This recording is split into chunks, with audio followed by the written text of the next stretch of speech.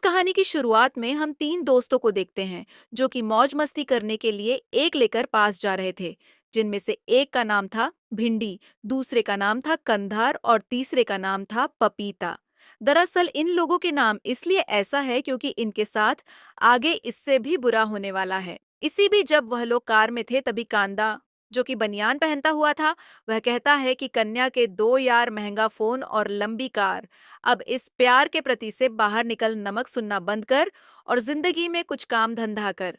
खैर, इसके बाद वह लोग ऐसे ही बात करते करते एक पेट्रोल पंप पर जाकर रुकते हैं, जबकि पेट्रोल का दाम 110 रुपए से भी ज्यादा हो चुका है। यहाँ पर आकर बोलो, नेहा कक्कर और टोनी कक्कर के गाने पर मस्ती करने लगते हैं। और तभी वहां पर और एक कार आकर पहुंच जाता है, जिसके अंदर दो खूबसूरत कन्या और एक मृत था। इधर उन कन्याओं को देखकर कांदा, भिंडी और पपीता पिघलने लगता है और पपीता उन लड़कियों को पटाने के लिए उनके पास जाकर उनसे बातचीत करने लगता है। लेकिन यहाँ पर उसकी दाल नहीं गलती और वह लड़कियां वहां से चली जाती। इसके बाद वह तीनों दोस्त भी अपने डेस्टिनेशन के लिए निकल जाते हैं, जहां पर काफी देर तक ड्राइव करने के बाद वह लोग रास्ता भटक जाते हैं। इसीलिए वह लोग एक कच्चे रास्ते को शॉर्टकट समझकर उस रास्ते से होकर आगे बढ़ने लगते हैं।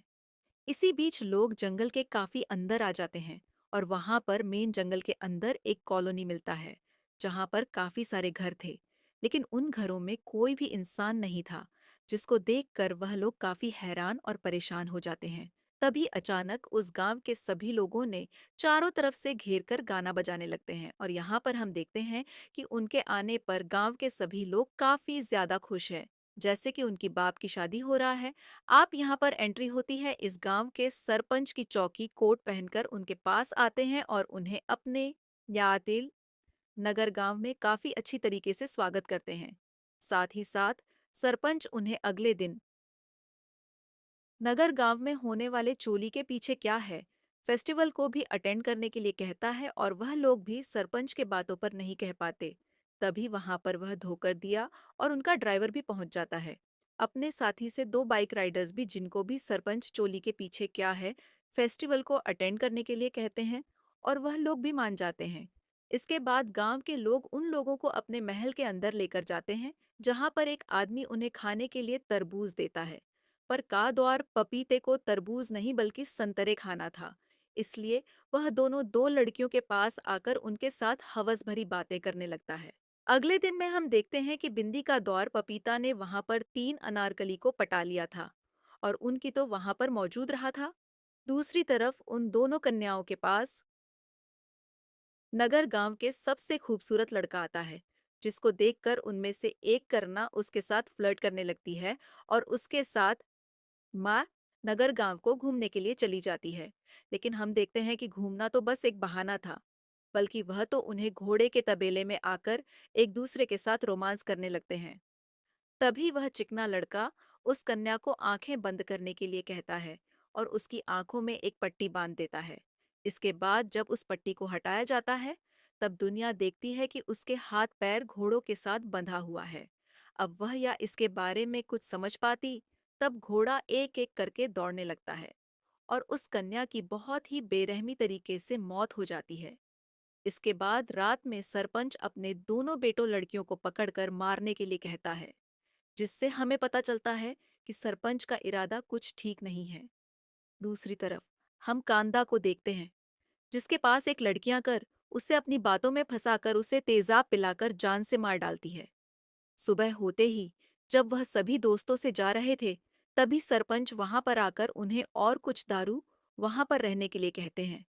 साथ ही साथ वह यह भी कहते हैं कि और कुछ ही देर में हमारे चोली के पीछे क्या है फेस्टिवल शुरू होने वाला है। अब वहां पर रुकना तो नहीं चाहते थे, लेकिन गांव के सभी लोग वहां पर इकट्ठा हो जाने की वजह से उन्हें वहां पर रुकना पड़ता है। इसके बाद हम देखते हैं कि उन सभी मर्दों को एक जगह पर लेकर जाना जाता है और दूसरी तरफ चैन नाम की एक लड़की ज्योति मूवी के स्टार्टिंग में उस बाइक राइडर के साथ वहां पर आई थी, उसे सोनपरी की तरह सजाई जाती है और सभी लड़कियां उसे लेकर नाचने लगती है। इसी दौरान उसे बातों में उलझाकर एक बड़े से घंटी के नीचे लाया जाता है और एक बढ़िया, जो कि इस घंटी को रास्ते से पकड़ी हुई थी, वह इस राशि को छोड़ देती है, जिससे देने की बहुत ही बेरहमी तरीके से मौत हो जाती है। दूसरी तरफ को ड्राइवर भी यह सब कुछ देख लेता है और वहां से भागने लगता है। लेकिन कुछ ही दूर भागने पर सरपंच का बेटा उसे पकड़ लेता है और उसे गांव के अंदर लाकर उसके पिछवाड़े में गर्म सलिया गुस्सा कर उसे बहुत ही बेरहमी तरीके से मार दिया जाता है, जो कि दिखने में काफी ज्यादा खिलौना है और वह बढ़िया उसके खून को पीने लगती है। दूसरी तरफ हम भिंडी पपीता रोस्टर क्लियर राइडर को देखते हैं, जो कि अपने दोस्तों को गायब हुआ देखकर काफी ज्यादा परेशान थे और वह लोग अपने दोस्तों को ढूंढकर वहां से निकालने का फैसला करते हैं। तभी वहां पर जापन नगर गांव के सभी लोग आ जाते हैं और उन लोगों को चोली के पीछे क्या है फेस्टिवल को खत्म किए बिना जाने से मना करते हैं। यहाँ पर हम देखते हैं कि वह लोग उनके ऊपर जबरदस्ती कर रहे थे, इसलिए उन दोस्तों को उनकी बात माननी पड़ती है। लेकिन बाहर निकलकर वह लोग डिसाइड करते हैं कि वह लोग अपने दोस्तों को ढूंढकर वहां से मिल जाएंगे। इसीलिए वह लोग अलग अलग होकर अपने दोस्तों को ढूंढने लगते हैं।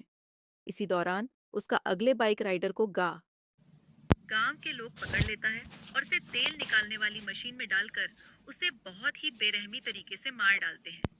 अब रात में भिंडी और उस कन्या को भी पकड़ लिया जाता है और सरपंच भिंडी को स्कैन या को मारने के लिए कहता है। लेकिन भिंड यूज करने के बजाय सरपंच के बेटे को ही जान से मार डालता है।